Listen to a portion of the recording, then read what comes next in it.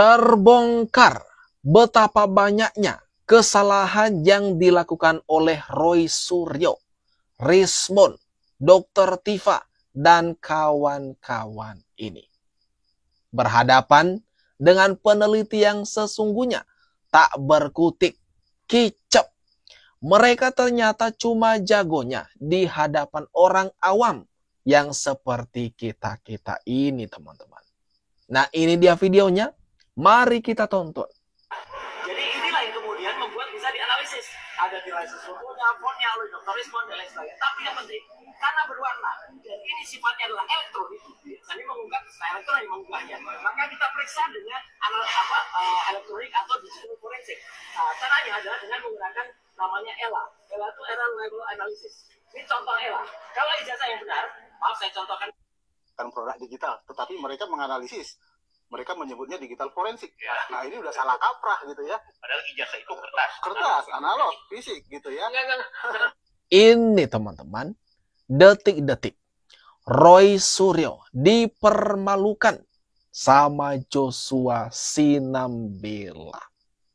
Berbagai klaim, pemaparan yang dilakukan oleh Roy Suryo, Rismond selama ini ternyata kesalahan besar. Istilah betul loh. Analog apaan sih analog?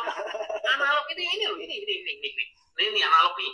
Nah, nih sertifikat, piagam, ijazah. Nah, ini ya diteliti dengan digital forensik. Bukan produk forensik padahal. Ini loh, nih.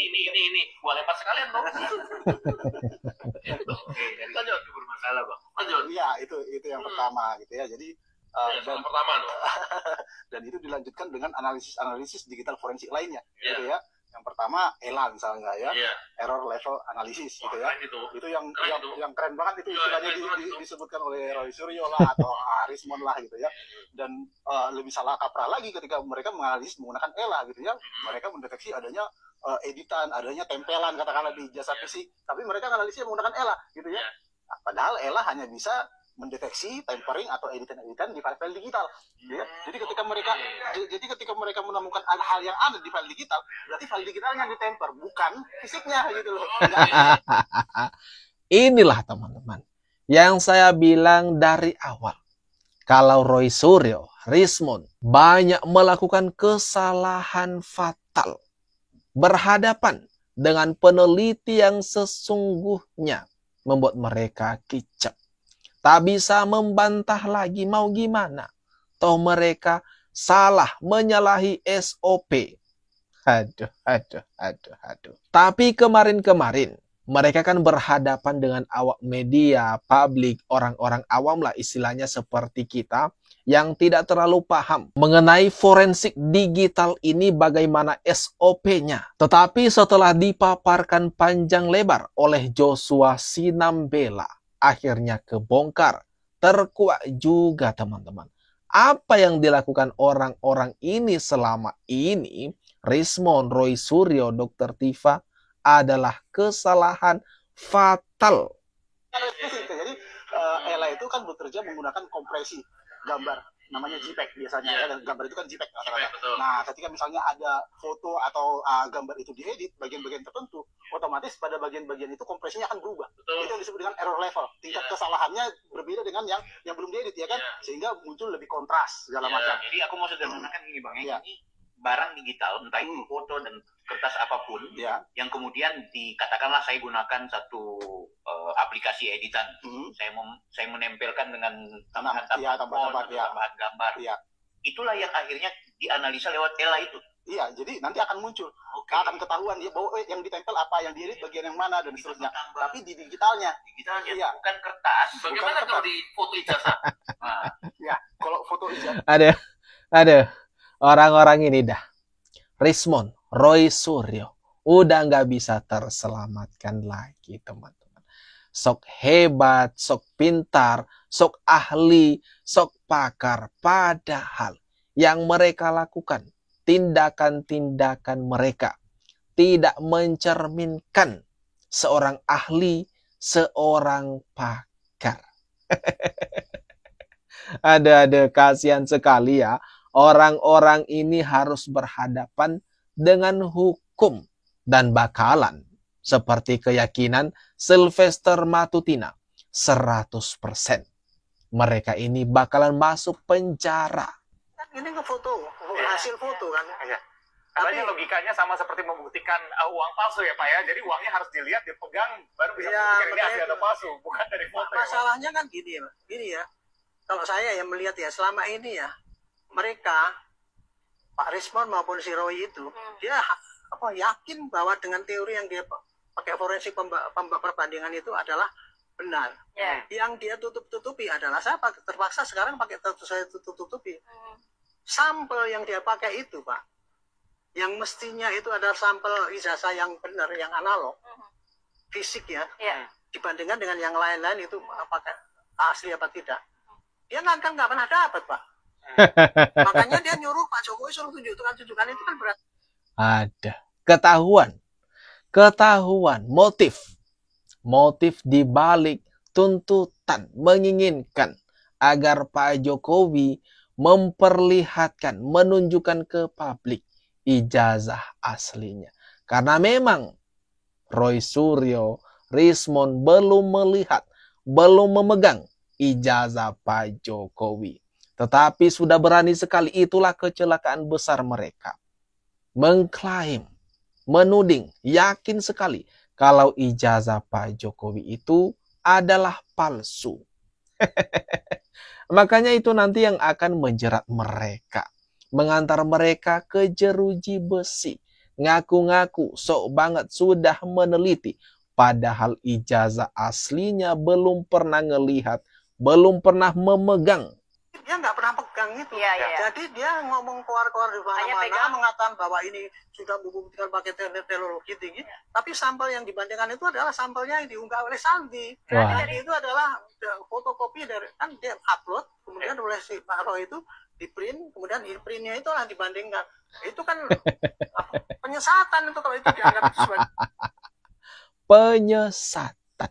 Itulah yang dilakukan oleh Roy Suryo, Rismond, dan kawan-kawan. Dan seperti penjelasan dari Joshua Sinambela juga, kalau hal tersebut, tindakan tersebut, itu tidak memenuhi syarat atau melanggar SOP yang namanya forensik digital.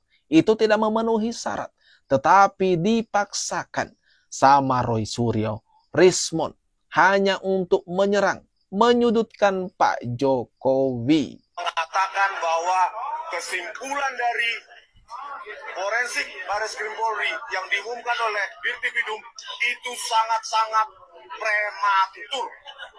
Kalau berani periksa Pak Iman Raharjo, bagaimana kiosnya itu yang menjadi calo dokumen palsu di Pasar Pramuka Pojok.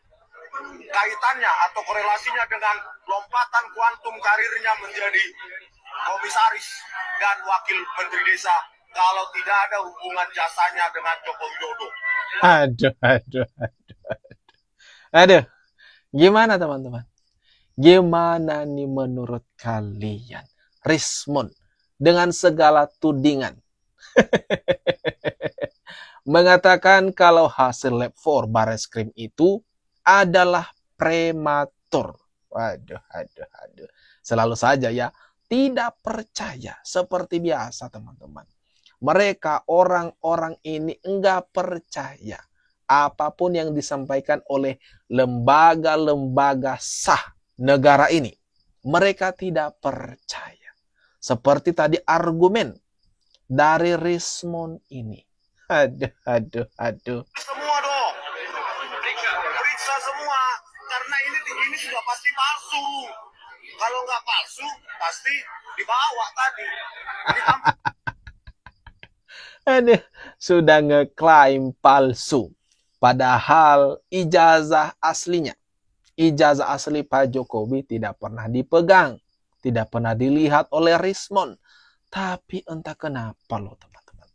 Entah kenapa ada apa, kok bisa yakin sekali kalau ijazah Pak Jokowi itu palsu. Kemudian lagi menuding kalau ijazah Pak Jokowi itu dicetak di Pasar Pramuka, dan ada kaitannya dengan Paiman Raharjo. Udah nggak habis pikir. Pak Roy Suryo menjelaskan secara ilmiah, tapi yang sebelah sana menjelaskan pasal Nggak ada, omon-omon saja. Iya, Malah mereka ahli pasal pramuka, Pak. Iya, masa Jadi harusnya dibuka lagi.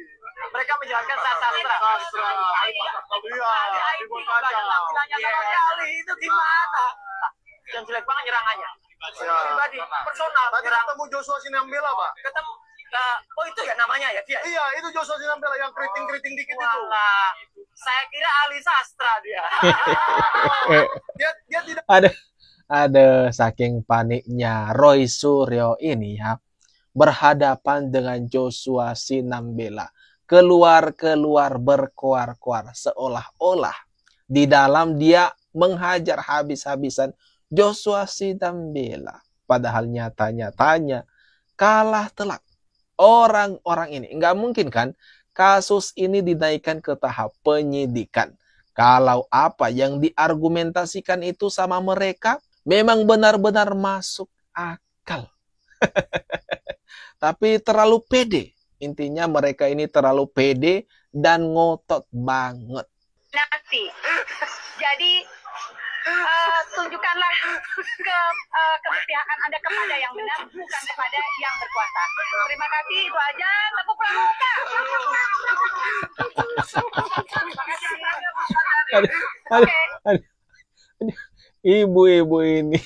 Ibu-ibu ini sangat lucu.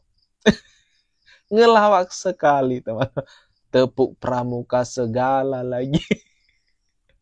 Dan kita lihat, teman-teman, ibu-ibu ini ya ibu-ibu tahun-tahun yang lalu. Sampai sekarang masih saja gitu, teman-teman. Orangnya ya orang-orang itu saja yang benci, yang demo ke Pak Jokowi. Ada gimana nih menurut kalian? Jangan lupa dah tinggalkan komentar terbaikmu ya di kolom komentar yang ada di bawah ini.